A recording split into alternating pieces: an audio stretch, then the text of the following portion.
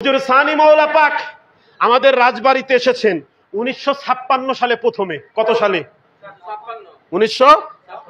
এই তখন কি বাংলাদেশ স্বাধীন হয়েছে না আগে? মানে এপার বাংলা ওপার বাংলা এক। তখন গাড়ি ঘোড়া ছিল না বেশি। হুজুর পাক পালকিতে যেত। কিসে যেত? ওই পালকি পাক রাজবাড়ি খানকা শরীফে এখনো আছে।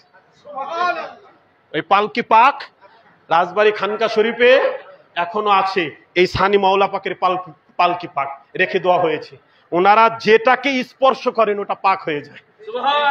যদি হয় পাথর, যদি হয় মাটি, যদি যা কিছু যত বড় সৃষ্টি হোক, ওনারা মানে টাচ করবে, স্পর্শ করবে, ওটা পবিত্র হয়ে যাবে।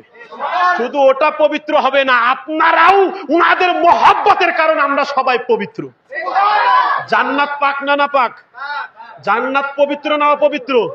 জান্নাতে যাবে যারা, তারা পাক হয়ে যাবে না নাপাক হয়ে যাবে? কথা কন, পাক হয়ে যাবে না? এই মসজিদ ঘরে যারা নামাজ পড়তে আসেন, আপনারা ওযু ছাড়া আসেন না ওযু নিয়ে আসেন? তা জান্নাতে যারা যাবে পাক না নাপাক যাবে? যত আহলে জান্নাত আহলে বাইত পাকের। জান্নাত কাদের? আহলে বাইত পাকের। আহলে বাইত পাক পাক না নাপাক? পাক। এমন পাক উনাদের থেকে আল্লাহ যেমন পাক, আহলে বাইত পাক তেমন পাক। উনাদের থেকে পাক পৃথিবীর কোনো বস্তু নাই। তা উনারা যখন জান্নাতে যাবে